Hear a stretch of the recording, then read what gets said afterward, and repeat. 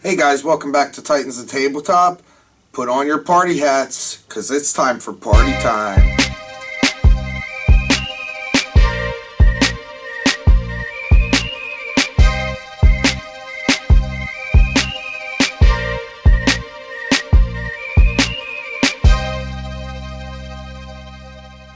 Hey guys, welcome back to Titans of Tabletop. I'm DM Dan, and today we're getting down and dirty. We're talking about party time. Now, what is party time? What's on your mind, DM Dan? Why are you going so crazy?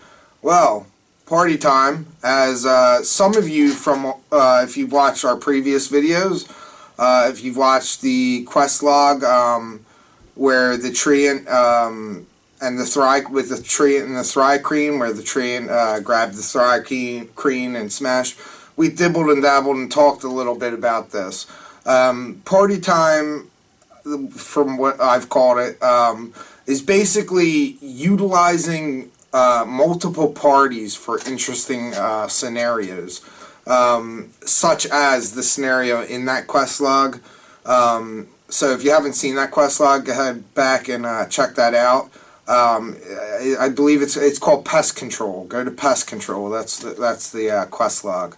But basically, in my game, I tell my players if they want to make more than one character, they can. And this is kind of unorthodox in a lot of D&D games. So why the hell would I do it?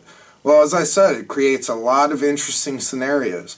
If you see behind me this map here, it's a great big map. It extends up even higher to the ceiling here. It's not quite finished. I will be giving a tour of that map eventually when it is finished. I just don't know when I'll be able to get around to finish painting it. It's pretty big. But the point of that is that a lot of things are happening in this world, and the players sometimes are forced with very hard choices. Do we do this? Do we do that? And one thing that I do in my game, and I'll do a video on it, is timed quests, to where, they might lose that chance to do that quest because something happened or whatnot. So they might have to, it's either, split the party, which is a small party of, say, however many players you have, say 4, maybe they have an NPC helping them, and maybe you yourself as a DM are playing as a character. But with such a small party, you don't want to split up really, because there's more chance of you being able to die. So what's the solution to this? Well, the solution is to have multiple parties, and the players, they tend to enjoy, I find, having more than one player. It always shakes things up. So sometimes players might grow, a little weary of playing with their rogue or ranger or what have you.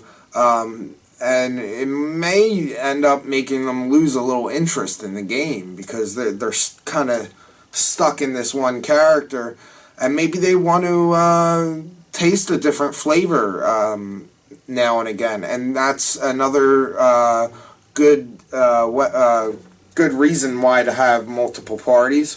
It keeps things a little more fresh, even though the quests are constantly fresh and they're not the same. Hopefully you're not doing the same quests over and over again, but even though that they're different, the quests, when you're playing the same character, sometimes you start thinking, well, did I pick the right character? Some players do, at least. Not all players, but I have some players in my game that still only have their one character, and that's all they want, and that's fine.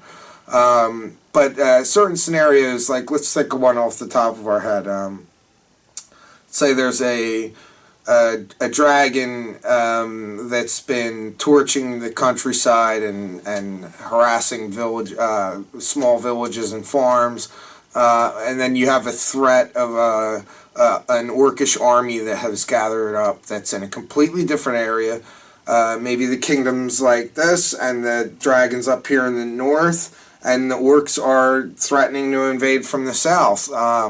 Now, if they have one party, what I tend to do with that kind of stuff, if they have one party and they go for the dragon instead of the orcs, or vice versa, something's going to happen. Those orcs are going to take over a city or slaughter innocents, or the dragon is, or something's going to happen. So they could say, okay, well, let's gather up our parties, and they have their two parties, and they could send one party to the north, and they can send one party to the south, and it'll all take place in the same time frame, so they won't lose any time in getting that. And a way we kind of make it make sense in our game is that my players have created an adventurers guild.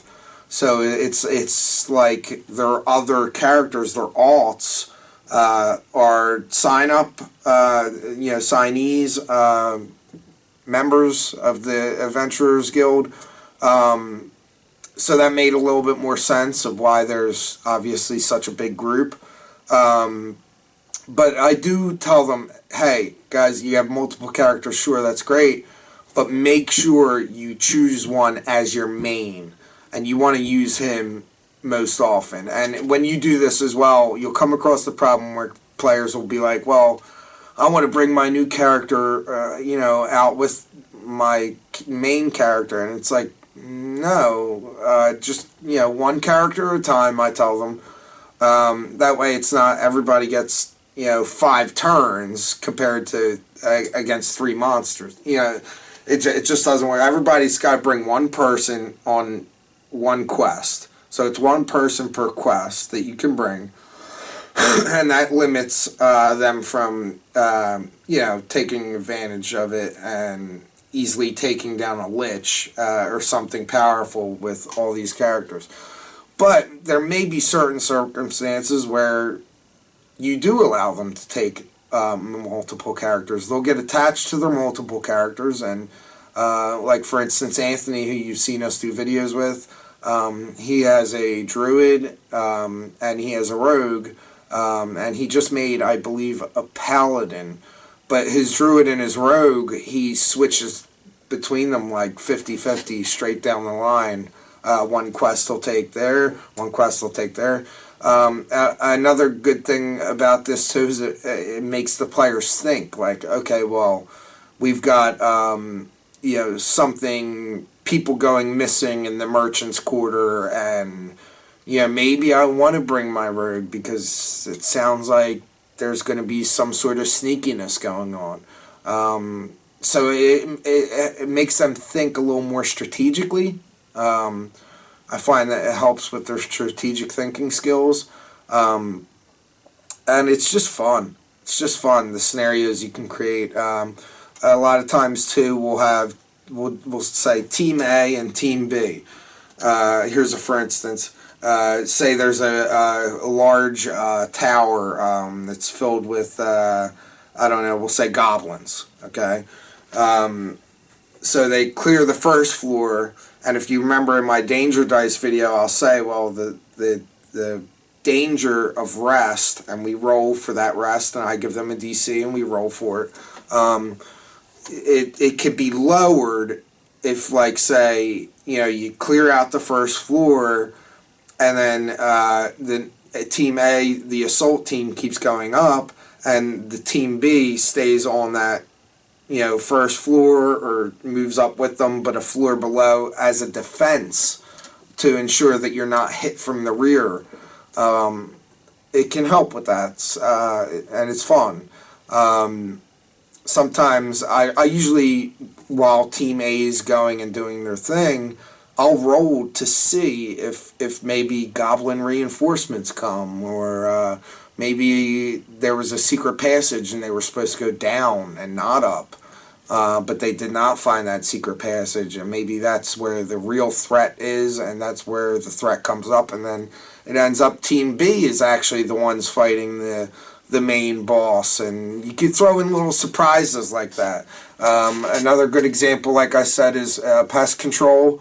Go check that out. That was a really interesting way where I stopped stopped them pretty much mid-thing, and I said, okay, time to switch to Team B, and I left it on a cliffhanger for Team A, you know, so things like that you can do.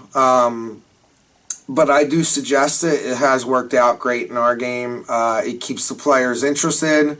Yeah, so I think that's about it. I think party time is covered. Just the aspect of multiple parties. And try it out one game even. You know, hey guys, you want to make an alt real quick? Let's roll them up. Or pre-roll some characters and pass them out and say, hey, here's an alt you could play as for this. I got an idea for this encounter. You know, if you're going to do something like that, though, be honest with your players. Tell them straight out that, hey, you have an idea that requires more than one team, and if you would like to make one, or you know, and you'd be surprised at how many people will be like, you know what? Yeah, I'll make another one. You know, I kind of wanted to test out. I was kind of torn from the beginning, so now I can experience those two classes. Also, it does cut down on people wanting to multi-class, which multi-classing, though it has its benefits, I feel sometimes it can weaken a player because they're a little stretched thin.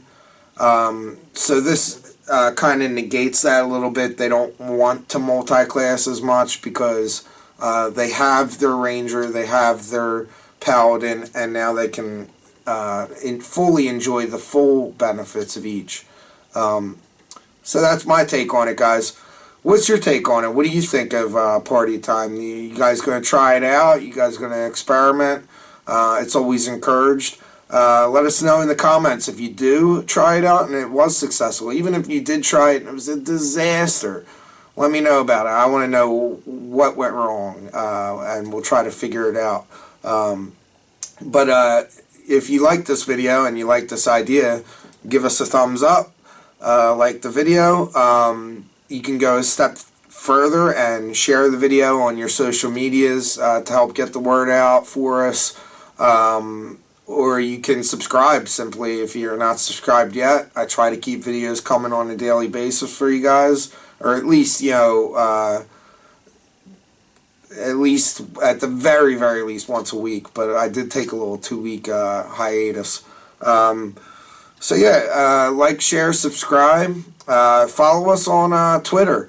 Get some channel updates through that. It's not much to just hit follow at Titans Table on Twitter. And join the Facebook group. Let's see pictures of those crafts you did. Let's have a conversation about D&D on there. I like hearing other people's ideas and seeing them in pictures and all kinds of stuff. So hopefully we can get more of that going on the Facebook channel or the Facebook page. Yeah, so until next time, guys, I'm DM Dan, and I'll see you next time.